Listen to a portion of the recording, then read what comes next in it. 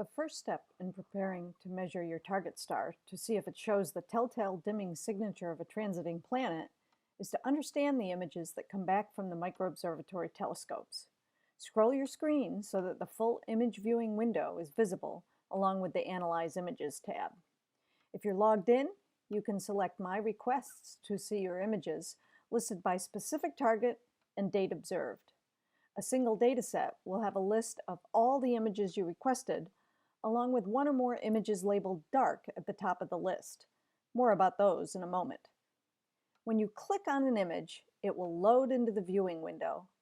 And if it was a clear night, you will see a field of dots, each of which is composed of individual pixels where photons of light from the stars was focused onto the telescope's detector.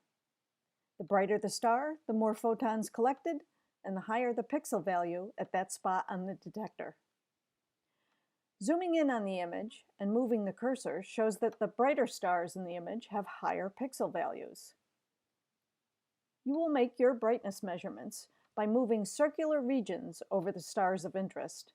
This star, for example, currently shows a total count of 31,264.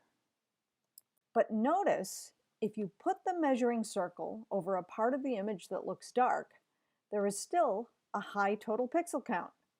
This is because the telescope detector itself adds a significant amount of noise to your digital images, and you will have to account for this through calibration using one of those dark images I mentioned earlier. A dark image is an image of the same exposure time as your observation images in the dataset, but taken with an opaque filter over the detector so no light is let in from the stars. Only the electronic signal of noise from the detector itself gets recorded. When you are doing your measurements on your regular images, you will want to subtract that electronic dark noise from each image so it won't interfere with your measurements.